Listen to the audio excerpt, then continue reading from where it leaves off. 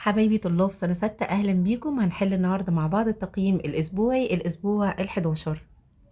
أول سؤال complete بيقول لي the size of the yellow soil grains are dot size.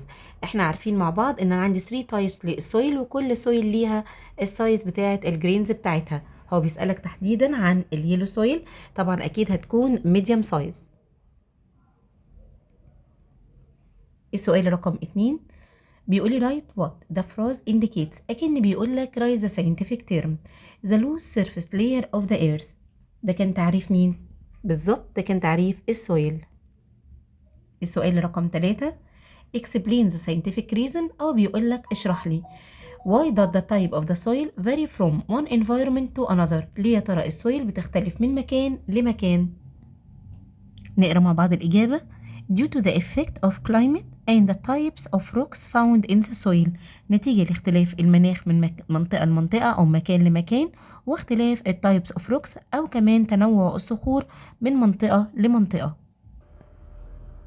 السؤال رقم 4 what happens if the soil particles are large in size. عايز يعرف لو soil particles بقت أكبر في الحجم بتاعها. نقرأ الإجابة. يبقى the flowing of water through it becomes faster and retaining of water becomes smaller. السؤال رقم 5 determine the importance of soil for the plants.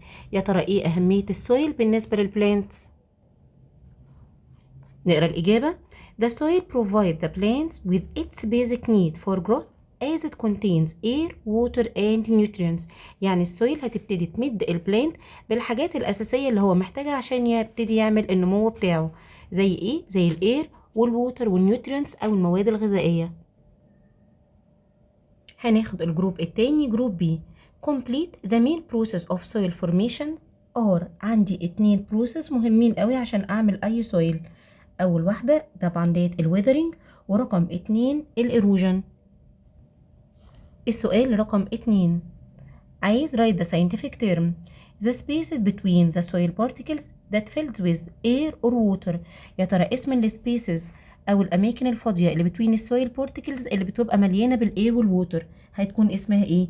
طبعا واخد لها اسم عندنا اسمها بور سبيسز، أو بنقول عليها البورز. شوف أنت حابب تكتب إيه، الاتنين صح. لو كتبت بورز هتبقى صح، أو بور سبيسز برضو هتكون صح.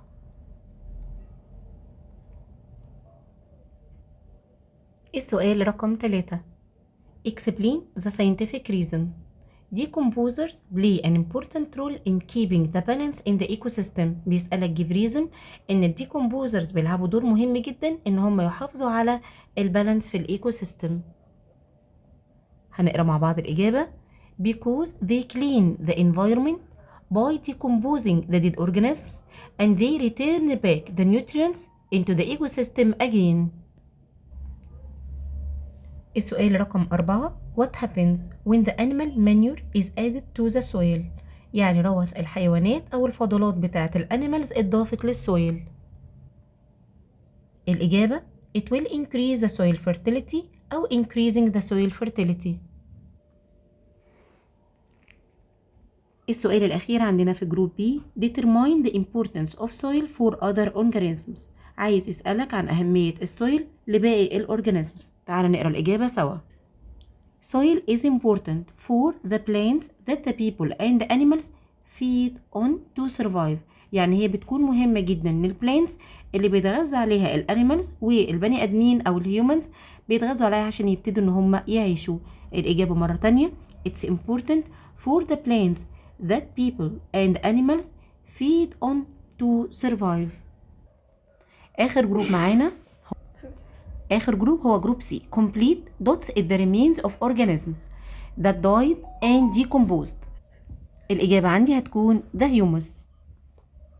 بعد كده write the scientific term a type of soil which is characterized by large particles size and low water retention. دي كانت أي نوع من السويل؟ بالظبط كده كانت الساند سويل.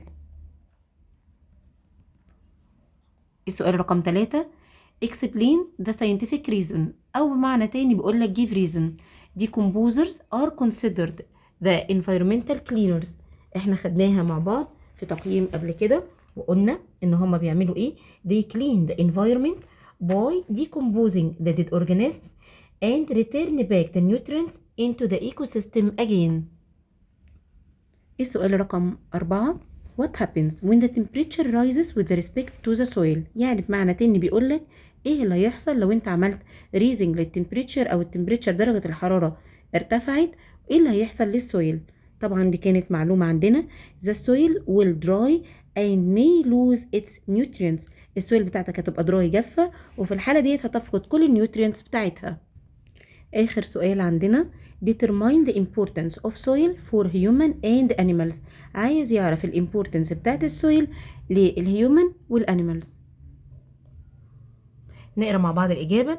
It's important for the plants that people and the animals feed on to survive and it's a home or a shelter to many different living organisms. يعني بتعتبر مهمة قوي للبلانتس اللي بتتغذى عليها الهيومن والانيمالز، بلس ان هي بتكون هوم او شيلتر لاغلب من الليفينج اورجانيزمز زي الورمز، الديدان، الانسكتس، الفنجاي اند بكتيريا. بكده نكون وصلنا لنهاية الفيديو. اشوفكم ان شاء الله في فيديو جديد.